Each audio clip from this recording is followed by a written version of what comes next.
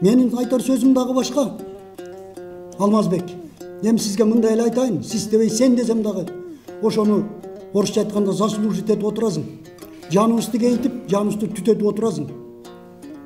Биз Манас атабыз жер деген, албетте баарыбыз жалпы Манастын тукумубуз. Түндүгү болобу, түштүгү болобу, чыгышы болобу, батышы болобу. Бирок биз Манас атабыз жер деп кеткен Кыргыздын руханий байлыгы деген талас жергесинен болобуз.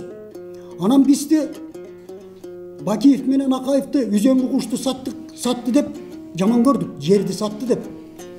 Беркисин Каркараны сатты деп жаман көрдүк. Калганын айтпайын. Вай, бул киши барып туруп жанагы шайлоо учурунда тетиги баарынын телефонун алып коюп, анан тиги театрга киргенде минтип сүйлөп атат. Эгер силер Бабановду 70% колдосоңор, анда силер анда барып туруп бөлөк эл бөлөк журтпуз деп казакка референдум кылып туруп кошулуп кеттиле дейт. Эл журту менен өткөзүп иргидей. Бул эмне деген, бул кандай сөз? Бул эл башында турган, элдин мамлекеттин жетекчисинин айта турган сөзүбү? Кошулуп кеттиле деген оюнчук сөзбү? Биз анда бул аксакалыбыз айтканда абеке көбөш, андан аркада бирine көчөдө жүргөн кыргыз эли болбой эле бир тияка сатып, бияка сатып, аяктан алып бияка олдура турган калкпызбы?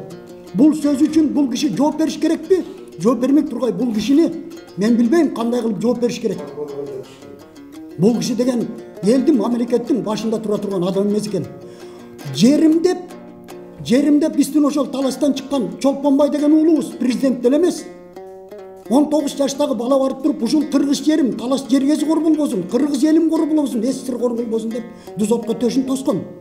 Ошол жерден Алаңга кетчи жол айылдан башталат деп Чыңгыз акебиз ошол жерден кадам баштаган.